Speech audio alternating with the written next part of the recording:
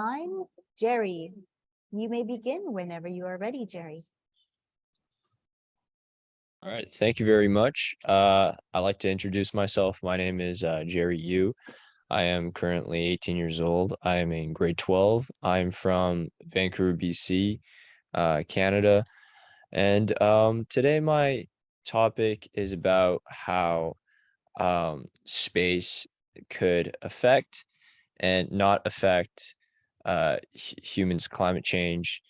Um, so in 2022, it was recorded that about 180 shuttles have been to space or have sent to space and have been on adventures.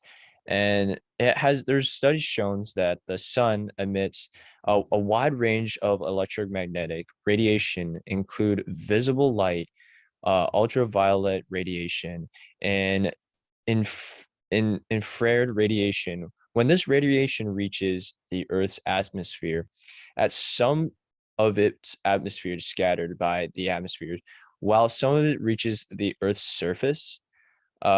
When the Earth's radiation reaches a metallic surface, some of it is reflected off of the surface due to the reflective properties of the metal. And there's a study shown that about more than 300 million tons of metal fragments that are just circling around the Earth, and it's just there untouched. The reflected radiation can then be absorbed by the Earth's surface or atmosphere, contributing to the warming of the planet.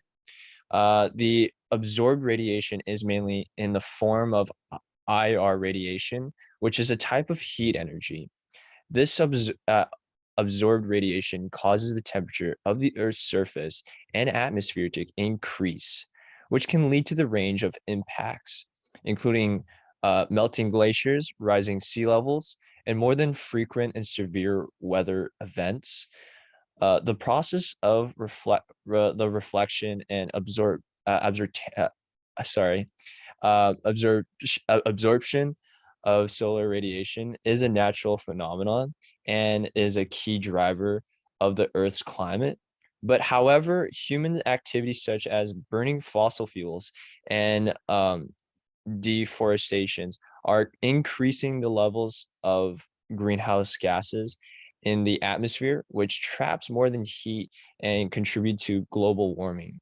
But in conclusion, in summary, the sun's radiation is reflected off metallic surfaces and absorbed by Earth's surface and contributing to the warming of the planet.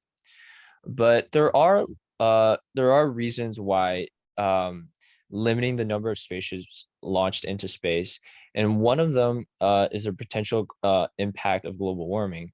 First is launching spaceships into space requires a large amount of fuel, and combustions of rocket fuels release greenhouse gases into the atmosphere, contributing global warming. And secondly, the construction and maintenance of space infrastructure, such as satellites and space stations, are also required a significant amount of energy and resources, which can lead to further greenhouse gases emissions and environmental impacts. Limiting the number of spaceships launched into space can help reduce the overall carbon footprint in the space industry and help um, mitigate its impact on global warming.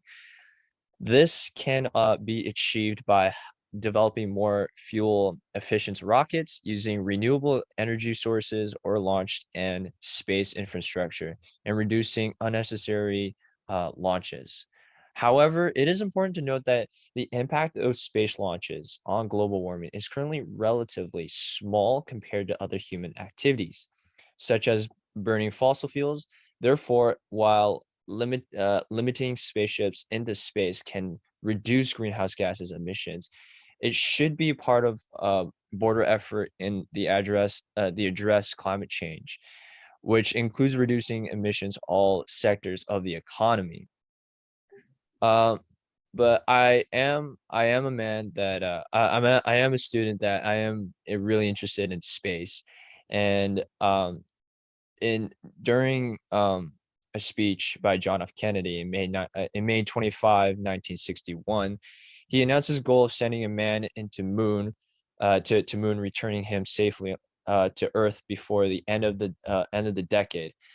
This speech is known as the Moonshot, and this speech is primarily towards humans going to space, having a peaceful interaction, going to have an adventure of peace, and hoping that there's no conflict between other nations, and that nothing can stop them, and we could reunite as all nations and explore the space together instead of um, having different impacts.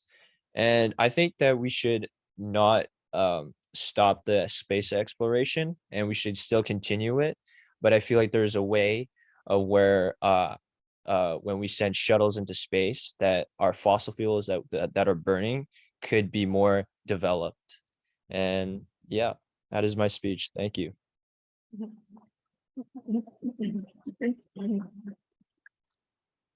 Thank you, Jerry. I would ask Thank Professor you. Liette Vasseur to ask the first question, please.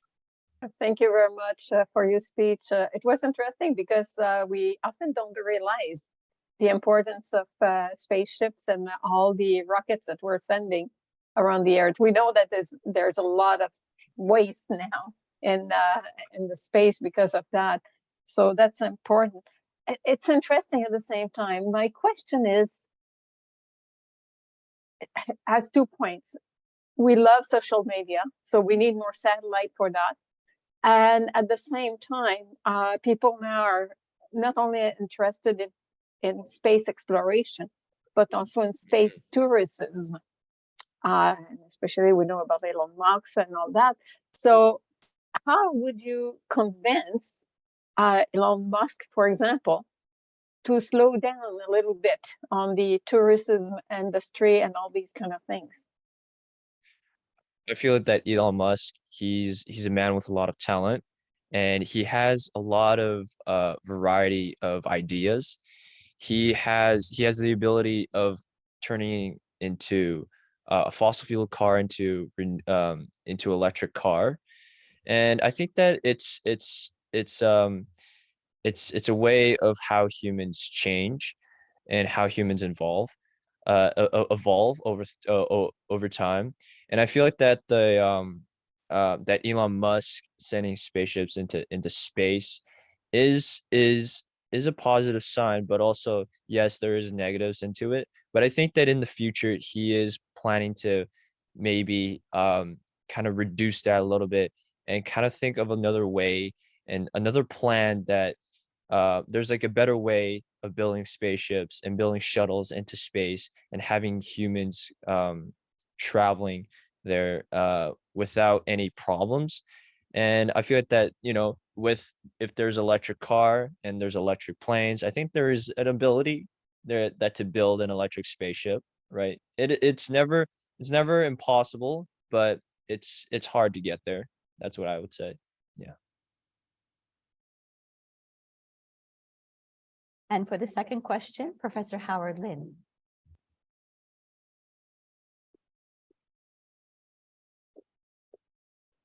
We don't have sound from Howard. Yeah, you're muted. Okay, sorry. That's good. Let me say it again. Hi, Jerry. Yeah, Hi. I'm really impressed by your knowledge. So we're talking about science here. You realize in the previous presentation, it says, I heard science is a solution. But here we talk also the science, also the cost of the environmental problem. So which one is correct statement? I think that in order to gain something, you also have to lose something. But there's always like there's never a negative thing. I feel like that everything is always a positive thing. And we're always testing things, and I understand that scientists, they're trying their best, and maybe you know if there are negative things that happens, and generally speaking, that humans do make mistakes in some sort of way in life. But I think that um it's it's more of a positive side, that I think scientists are doing something that they can to prevent such things that could happen, and humans are evolving slowly, but not as efficient. But it's just time consuming. That's what I would say. Yeah. Thank you. Thank you both.